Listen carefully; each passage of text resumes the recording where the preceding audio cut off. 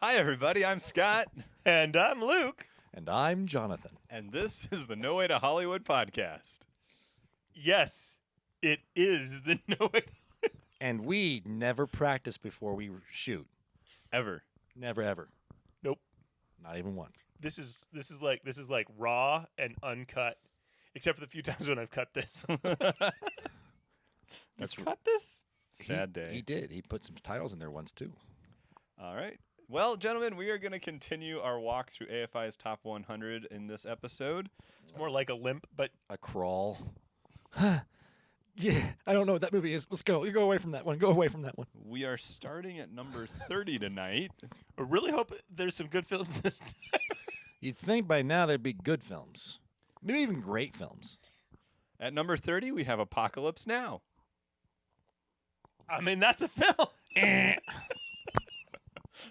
I mean, I know. I have friends who would come Okay. after me about that and be like, "Are you kidding me? Apocalypse Now is fantastic work and all this other crap." I But mean, don't- okay, whatever. that's one of the first ones that like spun with the fan, right? Like that, like they did that thing for the first time, right? Like that's a Kubrick. I don't know if they did that for the first. And it's not Kubrick. It's not Kubrick. Okay, It's Coppola, isn't it? right. Okay, yeah, Kubrick. You're right. Okay, And it's like they shot. The ratio is usually what, an hour or something to a minute of film time, and they shot like 100 hours to every minute that's in the movie. Like they shot a ridiculous amount of footage for this movie. Those are all things that I had never heard of. And They I had actually so many assistant editors. It was ridiculous. And I actually worked for one of the actresses in the movie. Which one? Colleen Camp. You've never heard of her. Don't worry about it. Oh, I've never heard of her. She's also in another fun knee movie, A fun knee movie? Love Stinks. Yeah. Anyways. okay, so this is a movie, No. and there's some like violent stuff. This is like Have you seen this movie? I don't know. I'm having a hard I time. haven't seen remembering. it. Let me tell you about this movie. Have you seen it? I don't know, but I'm gonna tell you about this movie.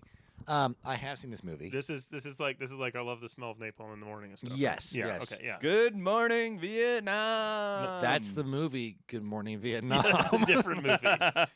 Similar, but not the same. but not even Vietnam is in both movies. Good job, everybody. Apocalypse Now is about. It's like Heart of Darkness. It's about going into madness. You're going after a colonel who went off the res, so to speak, and he goes into, I believe, Cambodia, beyond enemy lines and beyond the jurisdiction of the war, which, again, everything's fair in love and war, supposedly, so they kind of say, like, hey, how about you platoon, go find him and bring him back? And so they send these guys upriver, and it starts with the big infamous sequence of all the helicopters coming in and attacking this village in Vietnam, and it ends. They keep going further and further down the river, where people keep getting more and more crazy. Things keep on getting more and more dark. People start losing their sense of reality, and you see a lot of PTSD or like people basically being psycho. And eventually, you find the captain. Spoilers for any movie that we know, by the way, in this list. And the captain is insane. He has lost his mind. He become essentially a tribal leader god to this tribe in Cambodia, and the guy sent there to find him kills him because he can't bring him back. So he's got to kill him and stop him from being this rogue U.S. guy. And then he comes back. And I'm sure it was very metaphorical, but when I watched it, it didn't. All that metaphor was completely over my head. So it's definitely about Vietnam, PTSD, various other things going on with that. But And from a behind-the-scenes standpoint, see, this is why I don't know if I've seen the movie, because I've seen scenes. I know I've seen scenes. I know I've seen things about this movie. I don't. I'm like, did I see the whole thing? I don't even know. But in one of the things I was watching about it, they said so Kubrick like does 96 takes of everything to Right. try and get something crazy or different out of an actor. They said in this film, Coppola just filmed all the rehearsals and got the same effect. And so like several of the sequences that he cuts in are from rehearsals where the actor's just kind of doing stuff.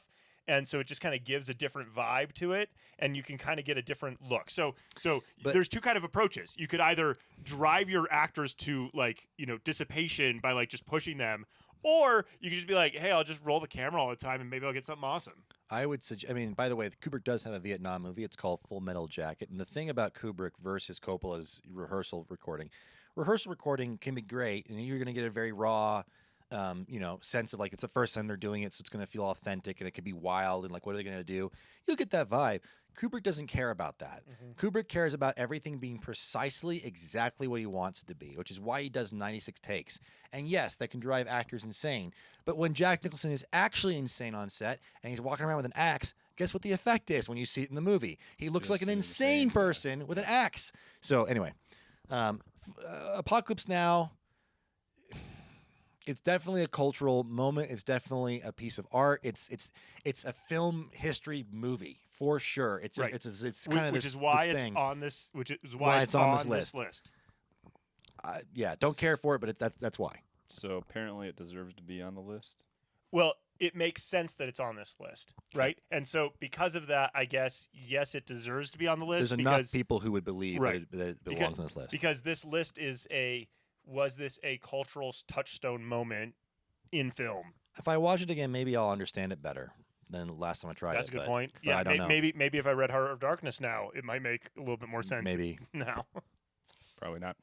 Moving on to number 29, we have Double Indemnity. Indemnity. Did I make you watch this? Yeah, we watched that. Yeah, it was fun. He wants to make a film noir. At least at one point, he wanted to make a film noir short film, and so I was like, "You need to watch Double Indemnity because that's kind of one of the quintessential film noirs." What's a film noir? You may be saying. There's this thing called Google. Also, we can just tell you Your so a favorite film search noir engine. is a film genre, and it's basically about it refers to the lighting, where the lighting is not high contrast or flat. Flat and everything's really well lit is kind of comedy kind of stuff. Really dramatic stuff is like half my face would be half my face is bright and half my face is not. And film noir plays a lot in that sort of high contrast, shades of gray, shadows, diffused lighting in a lot of cases. It's not super high contrast, but it can be. It jumps back and forth. So it's dramatic, but it's a lot of diffused. It's a world of like the gritty underbelly. Right. The femme fatales, the woman that seduces the detective and then ends up trying to kill him. Like that's a film noir thing. Double Indemnity. Double Indemnity. Generally, some sort of scheme to get money that goes wrong. Some sort of plan. It's the detective narration. If you've ever seen even just a joke about. There's a going in on that clear glass door with the name on it. It's like I was just minding my own business in this dirty city when she came in and she was about to change my whole life. Like that kind of voiceover thing. That's film noir. That's Double Indemnity. Yeah, it's an exploration of kind of things like lust and greed and how do those affect people, and especially in the wider context of a world where like just evil is kind of taken over. And What year for Double Indemnity? I believe it was 1944. Yeah, and film noir was kind of the way to get away with exploring those subjects because it was, I guess, enough shadows, if you will, to make it so that the blood and the violence and the lust was all there and you were exploring it, but it wasn't too blatant, so you could get away with it when you had censor boards or whatever. The general public was not as willing to go there. So it's kind of an interesting thing. Double Indemnity is kind of the classic film noir, I would say, one of the classic quintessential film noirs. Has all the big touchstones. So I made him watch it of my own volition. I was like, you need to watch it. I saw it in film school and thought it was well done, and I think it's a quintessential film noir. So if you want to know what film noir is, Double Indemnity is a good place to start. If you're like, that's too old, watch Brick. Okay. Moving on to number 28, we have All About Eve. The blank look on your face tells me I need to read a little bit about this. All About Eve is a 1950 American drama film written and directed by Joseph L. Mankiewicz. It was based on the 1946 story The Wisdom of Eve, although screen credit is not given for that. What's it about? yeah, I really don't care about the An director. ambitious young fan who maneuvers herself into Channing's life ultimately threatening Channing's career and her personal relationships. The film co-stars yada yada yada. Oh, Margot Channing, a highly regarded but aging Broadway star. Eve maneuvers. Yeah. Okay. So this is like creepy stalker fan movie. Yep. Okay, what's next? Apparently, don't have a lot to say about that one. Coming in at number 27 is High Noon. Okay, now I have stuff to say about High Noon. Yes. High Noon. It's a movie. A Western movie. A quintessential Western movie. There's some good stuff in High Noon. There's some great stuff in High Noon. So yes, this movie belongs on the list. I have to thank my old man because my old man is the one who made me watch High Noon when I was a kid. It was like, it's black and white. I don't want to watch. He's like, sit down. Watching High Noon. I have to thank my wife, who made me watch this. I don't know that I've watched this one, so I don't have anyone to thank. Well, you can thank us when we make you watch it. High Noon, yes, black and white, older cowboy movie. But the big thing about High Noon is it's a very good example of the Western trope or like getting to the duel. The whole movie is setting up a conflict. The conflict is a sheriff has done his duty. He has taken care of a town for a long time. He's getting married, and he's going to go on his honeymoon and go live somewhere else. And he finds out that one of the criminals, one of the worst criminals he ever dealt with, he put in prison, is getting out of prison. And that criminal wants to come back and face him with his gang and wants to kill him. And he's going to come terrorize the town. And the whole thing is, do I go back and protect this town one last time against this criminal because I have unfinished business with him, so to speak? Or do I just go and have my life with my wife and be done with all of this? That's his primary conflict. And pretty much the entire movie, everyone tells him, why don't you just go and live your life with your wife and we'll deal with this some other way? And he's like, no, I got to deal with this guy. And so the whole movie is this huge drama buildup that's basically testing his character to finally get to a big duel shootout at the end, like most Westerns. A big, big moment at the end, big crescendo. And in the end, everybody dies. Well, you'll have to watch to find out. Spoilers. No. What's great about it is they do a really good job of building tension, and there's a lot of just little dialogue elements about, oh, this is why this guy's bad news. There's a lot of stuff associated with that. And then as you get closer and closer to noon when the train's coming, right? Like you just see all these people that you've been interacting with for the past while who have been telling you their horror stories, telling you their thing, giving you their opinion about whatever. You've learned who these people are and their relationship to the situation. And then it's just like, we're just cutting to each of these people as they're watching the clock tick down to get to noon. Sorry. Yes, the train comes in at noon. Yeah. That's why it's high noon, and then Right. they're gonna have a duel at noon. That's the whole thing. And it's great. Like and from just an experiential standpoint, right? You've been doing this montage, click, click, click, looking at everybody. The clock is ticking. You're looking at the clocks. Everybody's watching their different clocks. They're doing all this stuff, right? And then it clicks over to noon, and nothing happens. And then the train whistle in the distance, and you're like, "Oh snap!" Like, and it's a great moment. You know it's coming, and it's a great moment. Like it feels so good from a oh no standpoint. It's great. It's great. Quintessential Western. Check it out. All right. Moving on to number 26, Mr. Smith Goes to Washington. I probably need to see this movie, especially after our political movies episode where I was like, I should probably see this movie. So I'm still in this area where I should probably see this movie. Yeah, they described it as a 1939 American political comedy drama film. Well, there we go. Have you seen it, Scott? I have not. Okay, then. I feel like this is one that I've seen remade as well, though, yeah? I don't know. Maybe not. Moving on. Watch out for that sequel. Mr. Smith Goes to Philadelphia. Why would he go to Philadelphia? The threequel where he goes to Boston. Okay. Tea party? What? Huh? He has a literal tea party. Luke likes tea. I do. Coming in at number 25, To Kill a Mockingbird. I haven't seen the movie version of that. I have. I'm guessing the book is better I mean, Like, I it read the could- book once. I saw the movie once. It's a thing. Like, you know, I Yeah. don't know. I had a friend in high school who her favorite book was To Kill a Mockingbird. She would read it over Right. and Well, over again. and that's because there's some really good stuff, right? But I don't know. It's an adaptation. It's well done. They do some interesting things filmically here and there. Here and there. Yeah, here and there. There's a couple Okay. things, right? Like you got you got the different characters doing their thing. But I don't know.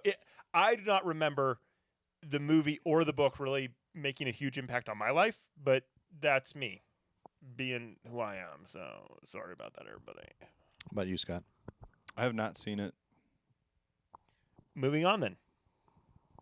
Coming in at number 24 is E.T. the Extraterrestrial. I saw it when I was a kid. I don't think I've seen it since then. And back when I was a kid, I didn't know who actors were or anything. So like Drew Elijah Barrymore?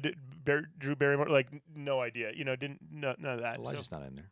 Drew Barrymore. Isn't it? No, Isn't he? there's no Elijah. Drew Barrymore is like a 3-year-old. Drew Barrymore's in there, but no Frodo. Okay, well I don't know. The guy in Haunting of Hill House, who's the dad in the past, and in the new Hill House, who's the uncle. That's the kid from E.T. all grown up. Okay, well, so I saw that movie once a long time ago. I remember nothing.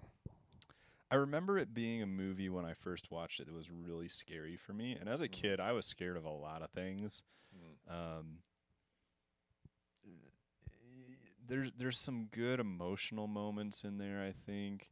There's some lines that I still love. Like, I still do the ouch with people from time to time and the E.T. phone home. So there's some good moments. On the whole, it was made during an era where, like, it feels kind of popular to make the film slow. So even though this film builds to a certain extent, when I've gone back to watch it again, I've gone, wow, this is really dragging on sometimes. But to that end, the craft is still very, very well done. Yeah, The Craft is well done. It's a Spielberg classic. I have to say that out of the Spielberg classics, it's not particularly meaningful to me. I did watch E.T. I do know, like I think about the stuff that stands out to me in E.T. is the discovery of E.T. The Reese's Pieces and the light in the shack and like all like that kind of stuff is the stuff I'm like was really captured me. And E.T. himself and the antics and the connection. Like I remember, of course, The like flying bicycles. flying bicycles, whatever. For me, it didn't do much. Mostly because it's in like the Amberlin logo. Yeah. It didn't. I didn't have the experience. I'm sure people who watched it for the first time really did. Like I was too late for that. And the thing about ET is it does get my heartstrings. I do understand where it got my heartstrings when he's dead and he can't come back. And of course, the thing that gets you is that Elliot, I think, right? Elliot goes up to him, and Elliot's like, you gotta be alive. You gotta come back. And that whole he can't accept it. That was the thing that made it so sad. Is Elliot couldn't accept it. He couldn't accept the loss, and that still can hurt to this day. And then the goodbye is also really sad at the end. It's good, but it's really sad. But I gotta say this, Williams, right? John Williams, that man's a master. And if there's anything out of ET, if I had to choose one single part of ET to keep and everything else had to be erased from history, I take his main theme score of ET because that's a piece of music that I can listen to and cry just because it's just so flipping good. It's just really, really good. And you get the whole emotional journey of the movie in the music. It's really, really good. All right, coming in at number 23 is The Grapes of Wrath. Yet another adaptation. I mean, I read the book in high school, and why do they have high schoolers read that book? But okay, haven't seen the movie. I haven't seen this movie. I'm pretty sure I've seen the movie, but I can't remember it. Really impactful film right there. Really impactful. I mean, I feel like we're getting to the point where we're getting adaptations of great books, and then we're calling it great movies as well. And so there's part of me that wonders, like, because it is just an adaptation, how good it really is. But I don't know the answer to that. Coming in at number 22 is Some Like It Hot. You've seen this one. Yeah, and this is number 22 on the list. Correct. Okay, I mean, there's some funny lines. The ending is classic funny stuff. Is right? this the Marilyn Monroe one with the vent? Mm, the it's dress? Marilyn Monroe. Yeah, but and it's the guys dressing up as girls and doing their Mhm. thing and all this stuff. And then at the very end, like there's this guy who's like, "Hey, I like you. Let's get married," to the guy who's dressed up as a girl, and they're riding off into the sunset in the boat, and he's like, "No, I don't think this is such a good idea." And he's like, "No, it's gonna be great. We should totally get married." He's like, "No, you won't like me after a while." And it's like, "No, I like you." And then he's like, "Fine, I'm a man." And the guy's like, "Well, nobody's perfect." And like that's how the movie ends, right? So like there's some comedic stuff in it because you're like, "Wait, what?" Like it's just so absurd. But like like there was nothing about the movie that I was like, wow, this is great. So like, why is it that here we are in the 20s ish, and like, Yeah, why does this beat Jaws? right, what is with these movies? I don't know. Okay, I actually really liked this movie, and it's been a while since I've watched it, so I don't remember all the details that well, to be honest. But I mean, I thought there was just so many fun moments in this movie, and it wasn't one that I went into expecting that, oh, I'm going to enjoy this and laugh, and it's kind of like, black and white, old Marilyn Monroe, well, whatever.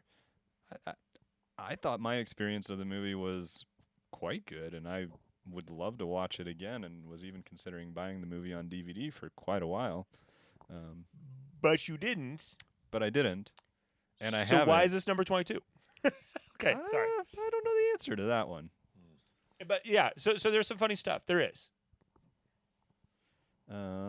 Coming in at number 21, and the last movie we'll talk about in this episode, Chinatown. Oh man, Jack Nicholson, Chinatown. 1974, Roman Polanski and Jack Nicholson. Yep. Yeah. Chinatown. I've Chinatown is the film noir but subverted.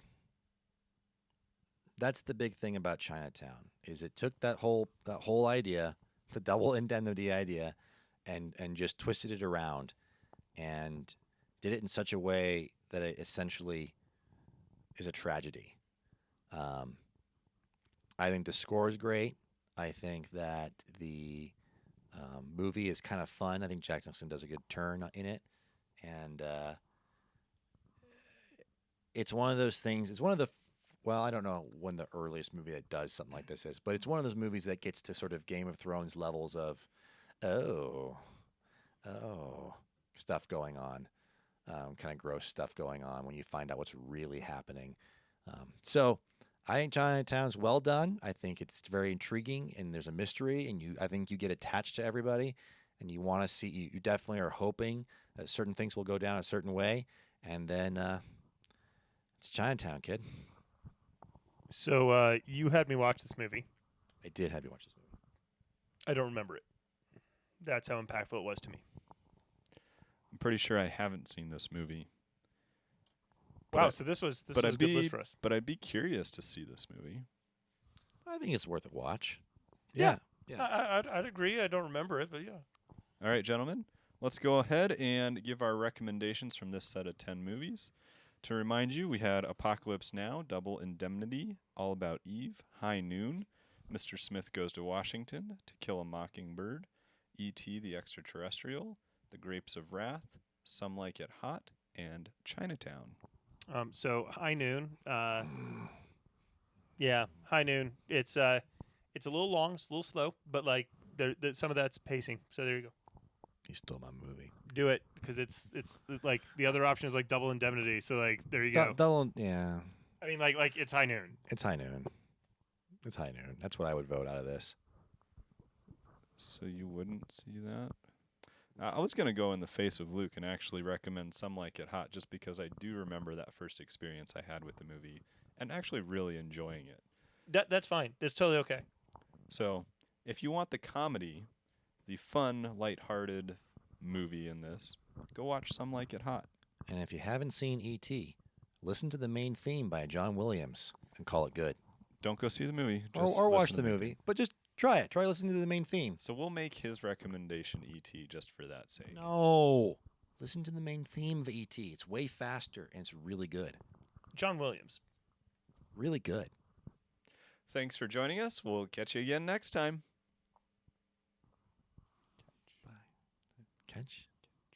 Catch what? You- Them? them. Them? Next time. Whoa. That's 11 people. I don't think you understand the physics of this. Thanks for watching. Bye.